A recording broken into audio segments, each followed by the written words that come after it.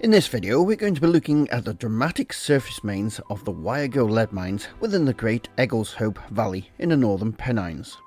Worked from the 1890s to the 1930s from multiple levels and shafts by the London Lead Company, it proved to be a rather rich source of lead.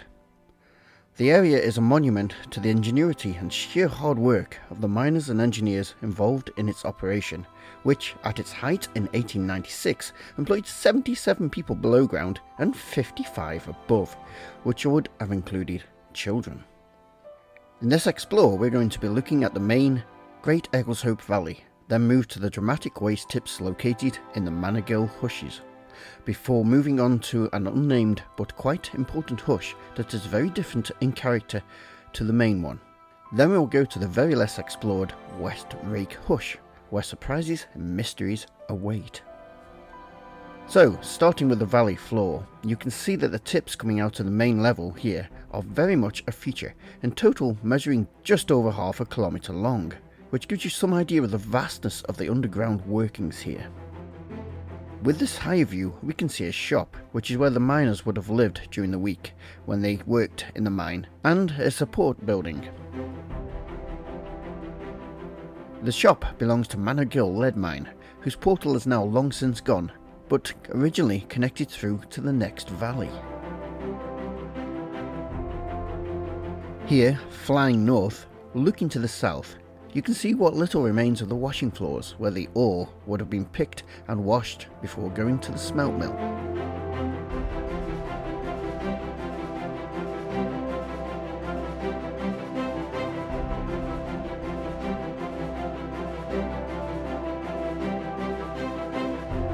Here we can see the remains of the portal to Wiregill Low Level, where a lot of the waste in the tips came from.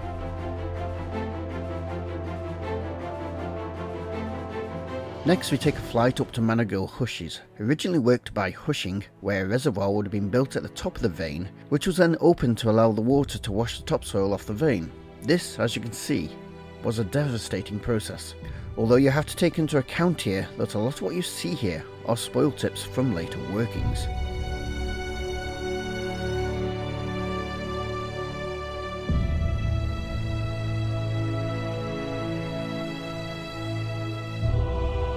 There are several portals hiding in this vicinity, all are now terminal.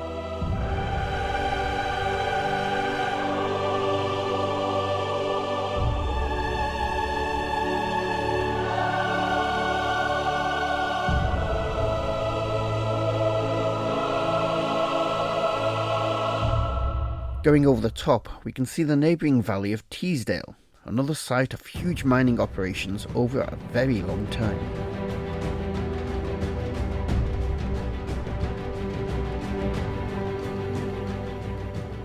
We now take a lovely flight back down the hush, back into the valley.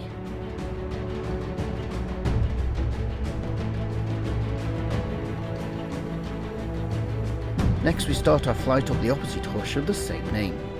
It's not long before we see spoil tips, but a lot of this came from a very deep shaft to the level below.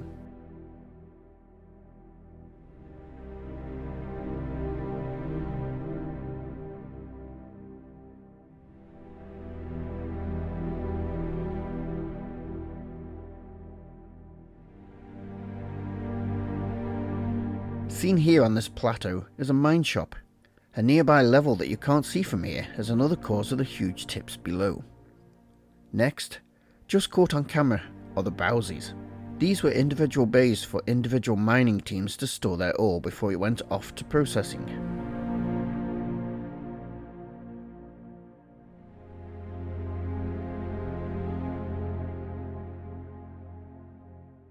Carrying up the valley we see the limit of the surface features of the hush, and another drone.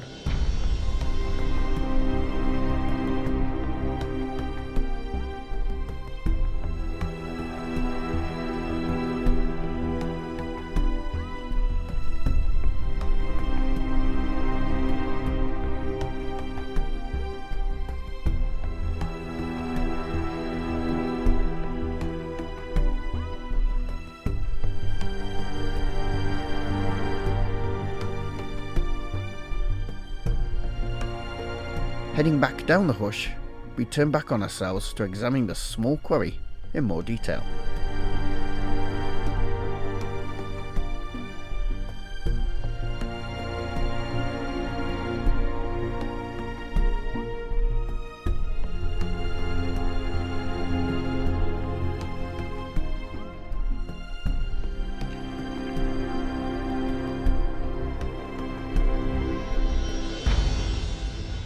Heading further down the valley, we come to the less explored West Rake Hush. I'll take you on this normal speed, low flight up. We are climbing several hundred feet here. This was, like the others, worked as a hush, but there is also a level marked on the 1800s map, although no sign of this can now be seen.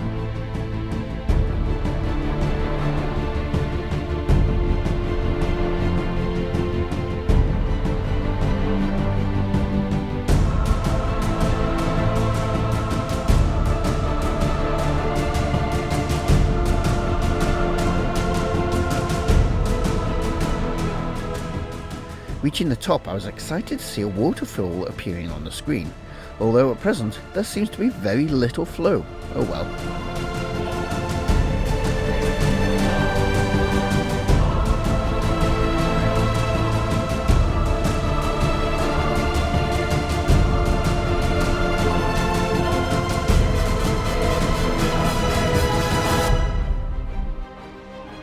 Now, initially here, I turned around and started to head back down, but a friend let me know that he had found something at the top of the hush, so I turned around, and I'm glad I did, because there, at the top, were at least 4 shafts, age unknown, but judging by how close they are, I'd say they're very early, as early mines were worked from close together shafts before the development of later adits.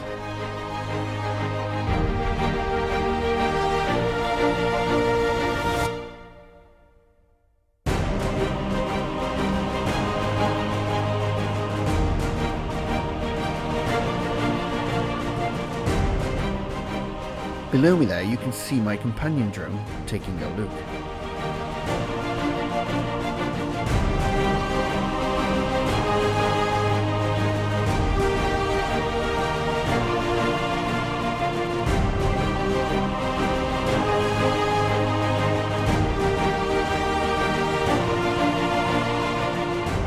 Last but not least, we take a flight over the valley to take a look at an unnamed portal.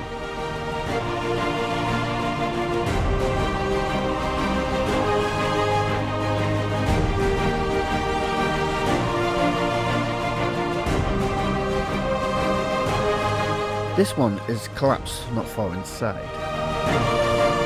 Well, I hope you've enjoyed this tour of the valley and remains. If you have, let me know in the comments, it's always appreciated. And please like the video and subscribe if you haven't already. If you hate the video, the thumb down works perfectly too. It just remains for me to say thank you very much for watching.